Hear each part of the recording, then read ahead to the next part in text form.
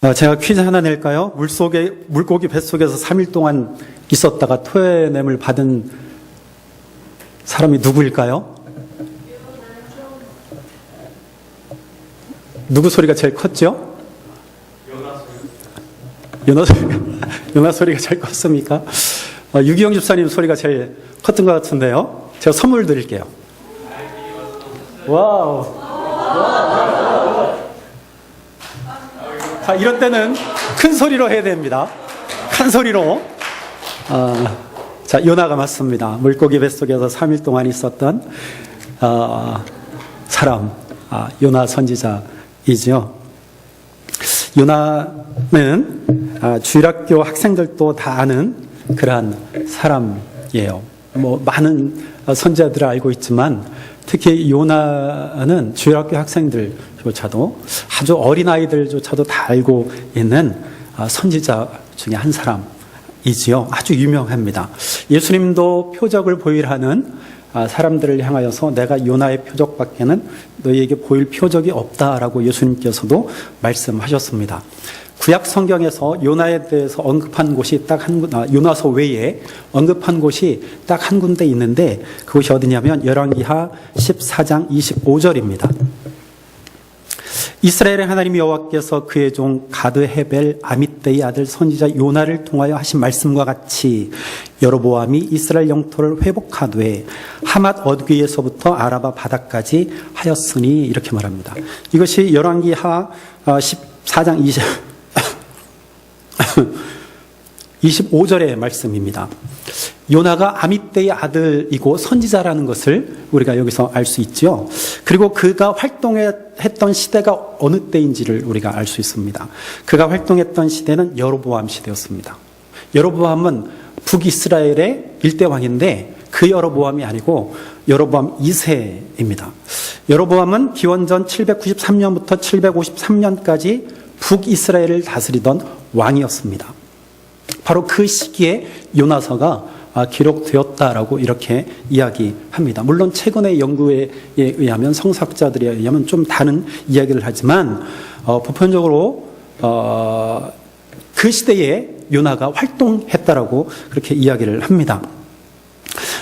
여로보암이 다스리던 시대는 북이스라엘 중에서 통치하는 왕들 중에서 여로보암이 다스리던 그때가 굉장히 부강했던 때였습니다. 나라의 영토가 확장되어지고 비교적 나은 그러한 생활을 했던 시대가 바로 여로보암 때의 말씀입니다. 그런데 북이스라엘 왕들과 백성들은 하나님의 말씀대로 살지 않았습니다.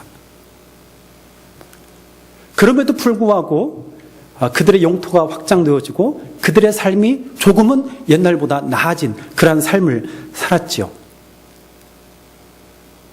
이것은 하나님께서 그들에게 은혜를 주셨기 때문이다. 이렇게 생각해야만 그것이 그 의문이 풀려요. 하나님의 은혜가 아니면 그들은 벌써 멸망할 그러한 민족이었지만 하나님의 뜻대로 살지 않고 하나님 말씀대로 살지 않는 그들이 부유했다는 것은 하나님의 은혜가 여전히 그들 가운데 있기 때문입니다. 하나님은 하나님의 말씀을 듣지 아니한 그들이 돌아오기를 기다리고 그들을 돌보셨습니다. 하나님께서 그들을 돌보심에도 불구하고 그들은 여전히 부해지면 부해질수록 하나님을 멀리 떠나고 그 은혜를 깨닫지 못하고 더 거만해지고 타락의 길로 빠져 들어갔습니다. 그때마다 하나님은 선지자들을 보내셨습니다. 호세아를 보내시고 아모스를 보내셨어요. 그래서 내게 돌아와야만 한다고 끊임없이 메시지를 주셨지만 그들은요, 그들의 고집을 꺾지 않고 목이 곧은 백성으로 계속해서 살아갔습니다. 바로 이러한 시대에 하나님은 요나를 부르시고 요나를 그 큰 성 니느웨 성으로 보내시게 됩니다. 보내신 이유는 요나서 1장 2절을 보니까 이렇게 말합니다. 니느웨 성의 악독이 내 앞에 상달되었다. 그들의 악함이 내 앞에 이르렀다. 내 귀에 들려진다. 이렇게 말씀하고 있습니다. 그래서 그곳에 가서 회개하라는 메시지를 선포하라. 이것이 바로 하나님께서 요나를 니느웨 성에 보내신 목적입니다. 요나는 하나님께 소명을 받고 길을 나섭니다. 그런데 요나는 하나님께서 말씀하신 니느웨 성으로 가지 않고 정반대 방향인 지중해에 있는 다시스로 가기 위해서 욥바로 내려갑니다. 그리고 그곳에서 배를 타지요. 마치 요나의 모습이 지금 이스라엘 백성들과 거의 비슷해요. 하나님은 돌아오라고 말씀하시는데 그들은요, 하나님께 돌아가기는커녕 자기의 갈 길로 가고 있죠. 하나님의 방향과는 정반대 방향으로 걸어가고 있습니다. 마찬가지로 요나도 하나님의 음성을 들었는데 하나님의 말씀대로, 하나님의 뜻대로 니느웨 성으로 가지 아니하고 정반대로 배를 타고 다시스로 향하게 됩니다. 하나님은 불순종하여 자기 결정한 대로 가는 요나를 그냥 두시지 않았습니다. 하나님 폭풍을 일으키셔서 한가로이 잠에 취해 있는 요나를 깨우시고 바다에 던져 물고기의 밥이 되게 하십니다. 요나는 큰 물고기의 뱃속에서 3일을 있게 되는데 요나는 그곳에서 하나님 앞에 기도하게 됩니다. 이러한 기도를 드려요. 나의 소원을 주께 갚겠습니다. 그 물고기 뱃속에서, 깜깜한 물고기 뱃속에서 그가 하나님 앞에 이제 기도합니다. 나의 소원을 주께 갚겠습니다. 구원은 하나님께 속해 있습니다. 모든 구원이 주께 있음을 내가 고백하며 기도합니다. 하나님은 큰 물고기로 하여금 요나를 육지의 토에 내게 하셨습니다. 요나는 하나님의 은혜로 폭풍 가운데서, 그리고 물고기 뱃속에서 겨우 살아나게 되었습니다. 오늘 본문 3절 1절은 이렇게 말합니다. 여호와의 말씀이 두 번째 요나에게 임하니라 말씀합니다. 오늘 본문의 말씀이에요. 여호와의 말씀이 두 번째로 요나에게 임하니라. 요나는 첫 번째 하나님의 말씀을 듣고 불순종했습니다. 그래서 하나님은 요나를 옴짝달싹하지 못하게 하시고 두 번째로 요나에게 말씀을 하셨습니다. 오늘 본문 2절입니다. 일어나 저 큰 성읍 니느웨로 가서 내가 내게 명한 말을 그들에게 선포하라. 그들에게 선포하라. 동일한 말씀을 주셨습니다. 니느웨로 가서 내가 너에게 명한 그 말씀을 선포하라. 여러분, 말씀을 들었으면 그대로 순종합시다. 말씀대로 살지 않겠다고 아무리 발버둥 쳐봐야 아무 소용없어요. 하나님이 나를 통해서 이루실 일이 있으면 내가 만약에 불순종해도 하나님은 나를 돌이키시고 나를 꼼짝 못하게 하셔서 나를 통해서 이루실 그 일을 하나님이 이루신다는 사실입니다. 여러분, 귀향에 하나님의 말씀대로 할 거 어차피 할 거 아니에요. 그러면 내가 하나님의 말씀을 듣는 그 순간에, 내가 깨닫는 그 순간에 내가 해야 되겠다라고 하는 그런 음성이 들릴 때 그때 해야 돼요. 왜 매를 맞고 그때 섭니까? 왜 한 대 맞을 거 왜 두 대 맞냐고요? 여러분, 말씀을 듣는 그 순간, 깨달아지는 그 순간, 이게 하나님의 뜻이구나 내가 깨닫는 그 순간 그 말씀대로 순종합시다. 그게 진짜 복이에요. 그게 현명한 거예요. 두 번째, 하나님으로부터 소명을 받은 요나는 일어나서 니느웨 성으로 갔습니다. 니느웨는 아시리아의 주요 도시 중 하나였고 수도가 될 정도로 모든 것을 갖추고 있는 큰 도성이었습니다. 학자들에 의하면 당시 50만 명 이상 거주했을 것으로 추정합니다. 대단한 성입니다. 본문에는 니느웨 성이 사흘 동안 걸을 만큼 큰 성읍이다 라고 이렇게 설명을 합니다. 그곳에서 요나는요, 하루 동안 다니면서 하나님의 말씀을 선포합니다. 40일이 지나면 니느웨가 무너지리라. 40일이 지나면 니느웨 성이 무너질 것입니다. 40일이 지나면 니느웨 성이 무너질 것입니다. 요나는요, 길게 설명하지 않고 딱 5마디로 외쳤습니다. 매주 설교 이렇게 했으면 좋겠어요. 딱 5마디로. 요나는요, 그 말씀을 선포했습니다. 왜? 그것이 하나님께 주신 말씀이기 때문에. 멸망의 메시지를 그 땅에서 요나는 선포하고 외쳤습니다. 요나는 하나님께서 주신 말씀 그대로 멸망의 메시지를 선포할 수밖에 없었습니다. 여러분, 임박한 멸망의 메시지를 선포한다는 것은 큰 위험을 감수하고 전하는 말씀이라는 거예요. 왜냐하면 멸망을 좋아할 백성이 누가 있겠습니까? 어느 사람이 너 망할 거야.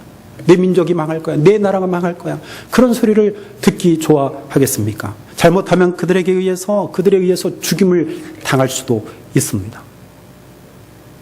돌에 맞아 죽습니다. 잘못하면. 이러한 상황에서 요나는요, 하나님의 말씀을 선포했습니다. 그런데 놀라운 일이 일어나죠.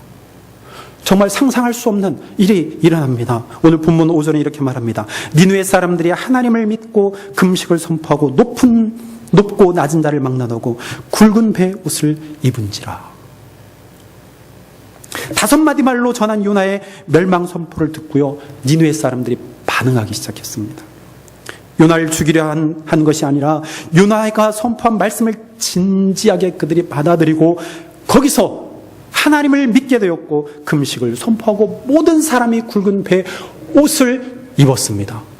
여러분, 굵은 배 옷을 입었다는 것은 성경에서는요, 주로 회개의 의미로 쓰였습니다. 굵은 배를 입었다는 것은 그들이 회개했다는 말이에요. 6절부터 8절까지 보면 니느웨의 왕도 베옷을 입고 제 위에 앉았고 심지어는 짐승들에게까지도 먹이를 주지 않고 금식을 시켰어요. 니느웨 성의 왕은 모든 백성들에게 이렇게 말합니다. 힘써 하나님께 부르짖을 것이며 각기 악한 길과 손으로 행한 강포에서 떠나라. 왕이 이렇게 백성들에게 명령합니다. 왕이 조서를 내린 거예요. 하나님께 부르짖어라. 악한 길에서 떠나라. 너희 손의 악한 길에서 떠나라. 명령합니다. 한마디로 도성 전체가 회개하는 놀라운 일들이 일어났다는 것이죠. 여러분, 어떻게 니느웨 성의 왕과 백성들은 요나가 선포하는 말씀을 듣고 하나님께 부르짖고 하나님 앞에서 그들 스스로 겸비할 수 있었을까요? 잘 곰곰이 생각해보면 그들은 이스라엘이 섬기던 하나님을 잘 알지 못했습니다. 니느웨의 종교는 다신론적입니다. 그래서 그들은 온갖 신들을 다 모셔놓는 만신전이 발달했어요. 아주 큰 만신전을 지어놓고 온갖 신들을 다 그곳에 세워놓고 섬기는 그러한 민족이었습니다. 그들은 이스라엘 백성들이 섬기던 하나님을 많은 신들 중에 하나라고 생각했습니다. 아시리아는 고대 근동 지역을 다스리는 강력한 나라였습니다. 이스라엘 예후 때에는 그 아시리아에 조공을 바치기도 했어요. 조공이라는 것은 우리나라 잘 봐주세요. 한마디로 뇌물 주는 거예요. 쌀 갖다 바치고, 금 갖다 바치고, 갖다 바치고, 젊은 여자들 갖다 바치고. 우리가 이렇게 당신들을 섬기니까 우리를 잘 봐주세요. 우리한테 침략하지 말고 우리를 괴롭히지 마십시오. 그런데 아시리아가 아람 족속을 쳐부순 후에 내부적인 다툼이 일어났습니다. 그래서 그들은 일시적으로 쇠퇴의 길을 걷습니다. 바로 이때에 사실은 북이스라엘의 왕 여로보암이요, 영토를 확장하게 된 것입니다. 그 큰 아시리아가 잠깐 동안 퇴락하니까 그 틈을 타서 여로보암이요, 확장한 거예요. 세력을 영토를 넓혀 가게 된 것입니다. 그런데 요나가 니느웨 성에 도착하기 직전 그 성에 2가지 재앙이 덮쳤습니다. 하나는 큰 전염병이 돌아서 많은 사람들이 죽게 됩니다. 그리고 또 하나는 일식이 일어나요. 그래서 그 지역이 아주 칠흑같이 깜깜하게 됩니다. 지금이야 일식이라는 것을 알지만 그 당시에는 그 현상을 두고 너무나 두려워했습니다. 큰 재앙이다. 앞으로 큰 재앙이 일어날 것이다. 이것은 불길한 징조다. 그렇게 생각해서 민심이 동요할 때였습니다. 이 2가지의 재앙으로 인해서 니느웨 성 백성들이 정신적인 공황 상태에 빠졌습니다. 그때 요나가 하나님의 말씀을 선포하게 되죠. 다신론적인 신앙을 갖고 있었던 니느웨 성 사람들은 요나가 섬기는 하나님을 믿고 믿고 바로 그 하나님 앞에 부르짖게 됩니다. 이스라엘 왕은 니느웨 왕은 이렇게 말합니다. 하나님이 뜻을 돌이키시고 그 진노를 그치사 우리가 멸망하지 않게 하시리라. 그렇지 않을 줄을 누가 알겠느냐. 그들은 아시리아가 쇠퇴하고 니느웨 성에 큰 재앙이 닥친 것은 바로 하나님의 진노 때문이다. 우리가 그분의 진노를 샀기 때문에 이렇게 큰 재앙이 우리에게 내렸다라고 생각을 하게 됩니다. 그래서 그들은 하나님 앞에 회개하게 된 것이죠. 여러분, 그런데 우리가 언뜻 생각하면 이해가 되지 않습니다. 이해가 되지 않아요. 아시리아는 이스라엘을 괴롭히는 민족이었고 당시 주변을 장악하고 있었습니다. 잠시 쇠퇴하고는 있었지만 그들의 완악함과 광포함으로 인해서 많은 민족이요 여전히 그들을 경계하고 있었습니다. 언제 다시 커질지 모르고 언제 다시 강해질지 모르기 때문에 그들은 숨죽여 살 수밖에 없었습니다. 더더군다나 여러 신들을 섬기는 나라가 바로 그 나라였습니다. 하나님을 여러 신들 중에 하나로 보는 그 민족입니다. 그런데 이들의 회개를 하나님이 받으실까요? 하나님을 유일한 분으로 섬기지 않는 그들의 회개를 하나님께서 받으실까요? 하나님의 이방 민족의 회개를 받아 주실 리가 없다라고 생각하는 것이 일반적인 생각 아닙니까? 이스라엘 백성들도 그렇게 생각했어요. 여러분, 요나도 그렇게 생각했잖아요. 우린 사장에서 요나의 심정을 우리가 볼 수 있습니다. 여러분, 하나님은 어떻게 하셨을까요? 이방 민족이고 하나님의 백성들을 괴롭히고 여러 신을 섬기는 그 민족의 회개, 하나님 받으셨을까요?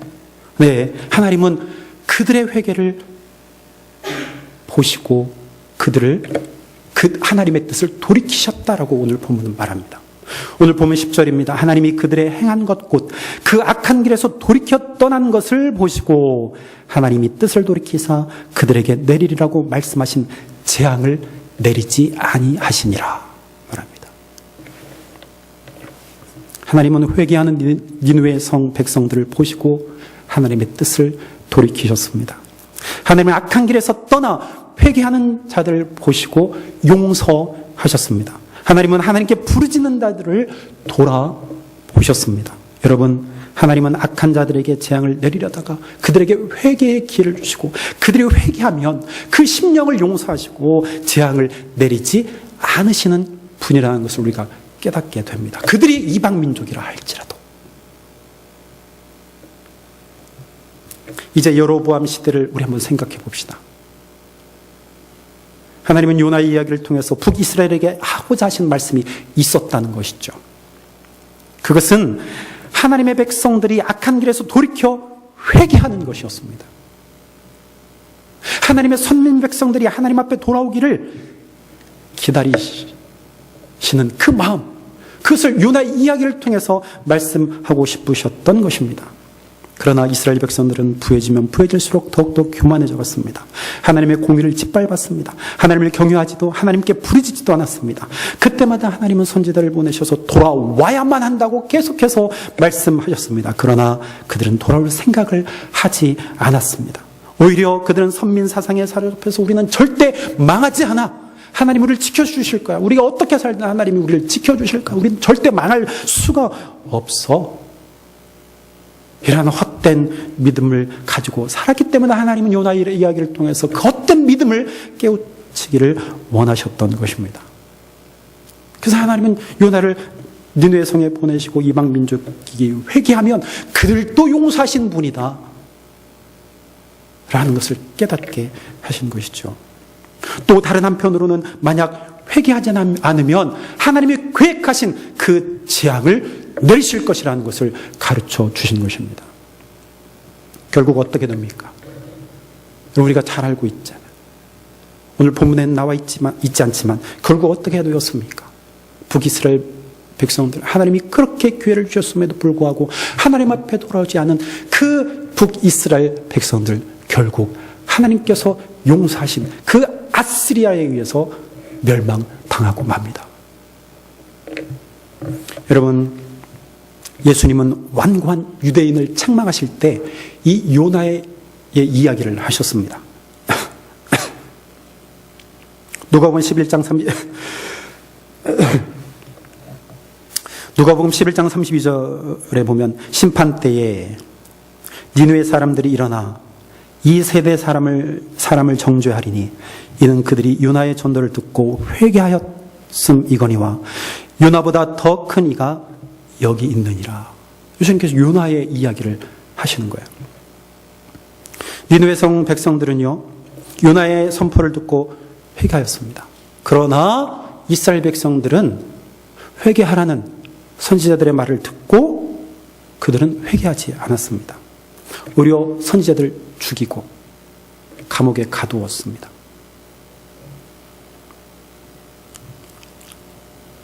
요나보다 더 크신 예수님은요, 하나님의 사랑을 가지고 오셨어요. 긍휼의 마음으로 이 세상에 오셔서 구원의 메시지를 선포하셨습니다.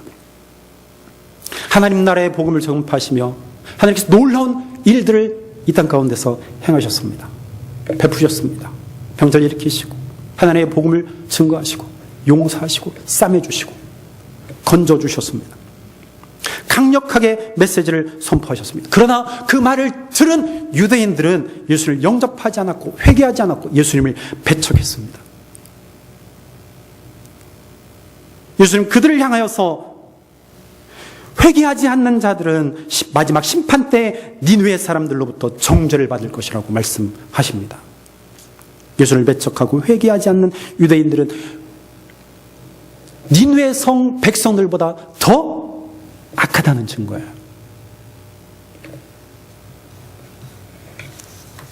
오늘날도 예수님의 시대와 별반 다르지 않습니다. 예수님을 믿지 않고 거부합니다. 완악한 시대이죠. 교회 안에서도 참된 회개와 믿음을 찾아보기 어렵고 세상살이와 재미에 더 관심이 많고 예수님에 대해 무관심한 성도들이 적지 않습니다. 한번 믿음을 고백한 것으로 모든 것이 해결된 것처럼 살아가는 사람들이 참으로 많습니다. 이들은 선민사상에 사로잡혀 하나님의 말씀을 외면하고 사는 북이스라엘 백성들과 같은 사람입니다. 예수님의 말씀을 믿지 않고 복음을 왜곡한 유대인들과도 같습니다. 여러분, 나는 어떻다고 생각합니까? 나는 지금 어떤가요? 하나님의 말씀에 온전히 순종합니까? 부르짖어 회개하고 있습니까? 이미 나는 구원받았으니 남이 어찌 되든 상관이 없다고 생각하고 살아가십니까? 예수님을 믿지 않는 사람은 구원받지 못한다는 생각으로 매일같이 그들을 정죄하고 그들을 저주하고 있는 것은 아닙니까? 분명한 것은 하나님 오늘도 진정으로 하나님 앞에 부르짖고 악한 길에서 떠나 회개하는 사람들을 찾고 계시다는 사실입니다. 오늘도 여전히 하나님은 기다리신다는 사실이에요. 예수님 알지 못하는 자, 여전히 회개해야 될 그 백성들을 하나님은 기다리고 계시다는 사실입니다. 그러므로 우리는 그 사실을 깨닫고 하나님 앞에 부르짖어야 되고, 그리고 우리는 늘 겸손해서 하나님의 복음, 여전히 세상을 사랑하시고 한 영혼을 기다리고 계시는 그 예수 그리스도의 사랑을 전하는 삶을 우리가 살아야 합니다. 내가 먼저 회개해야 돼요. 하나님의 말씀을 듣고 내가 먼저 순종해야 돼요. 내가 먼저 겸손해야 합니다. 그리고 하나님의 사랑을 전해야 합니다. 이것이 바로 우리에게 주신 사명입니다. 주신 사명을 인내하며 감당하는 자가 예수의 진정한 제자입니다. 예수님이 이를 감당하라고 나를 먼저 부르셨어요. 열방의 복을 주시기 위해서 하나님은 아브라함을 부르셨습니다. 아브라함을 통해서 열방의 복을 주시기 위해서. 하나님이 이스라엘을 선택하신 이유는 열방의 복을 주시기 위해서 이스라엘을 먼저 부르시는 거예요. 그런데 이스라엘 백성들은요, 하나님의 말씀대로 살지 않고 그들이 타락했습니다. 오히려 자기 길로 갔어요. 하나님 돌아오라고 그렇게 말씀하셨는데 끝내 그들은 돌이키지 않았습니다. 이방 민족도 회개하면 용서하시는 하나님인데 그들은 선민사상 하나 믿고 그들의 뜻대로 살았죠. 그러나 하나님 그거 용서하지 않습니다. 용서하시지 않아요. 여러분, 먼저 된 나예요. 먼저 부름받은 나입니다. 난 구원받았습니다. 나는 예수 믿고 구원받았습니다. 그러나 그 믿음이 무엇인가요? 그 믿음이 뭐예요? 그래서 끝나는 것인가요? 난 구원받았으니 끝이에요? 아니요. 거기서 멈추면 안 돼요. 그리스도인들은 더 나아가야 됩니다. 늘 겸손하고 하나님의 말씀에 순종하고 하나님의 말씀대로 살아가야 돼요. 그리스도의 사랑을 세상에 전해야 합니다. 그래야 복받지. 나도 복받고 세상 복받고 예수 믿지 않는 자들이 더욱더 주님 앞에 앞으로 올 수 있도록 우리가 이 사명 감당해야 되지 않겠습니까? 이 말씀 감당하지 않으면, 이 사명 감당하지 않으면 오늘도 니느웨 사람들이 심판 때 나를 정죄할 거예요. 내가 사명대로 살지 않았기 때문에. 오늘 이 말씀을 받았습니다. 하나님께서는 뜻을 돌이키시는 분입니다. 회개할 때, 진실로 하나님을 바라볼 때, 하나님께 부르짖을 때 하나님은 저주를 돌이키셔서 생명되게 하십니다. 그것 때문에 내가 산 것 아닙니까? 그것 때문에 내가 산 거예요. 하나님 기다리시고 유예시켜 주셨기 때문에 내가 예수 그리스도를 영접하고 하나님을 알고 내가 회개했기 때문에 내가 살아난 것 아니겠습니까? 이게 하나님의 은혜입니다. 올 한 해도 이 은혜로 사는 저 여러분들의 되기를 주의 이름으로 축원합니다. 기도하겠습니다. 하나님 고맙습니다. 저희들 먼저 부르셔서 감사합니다. 먼저 된 자.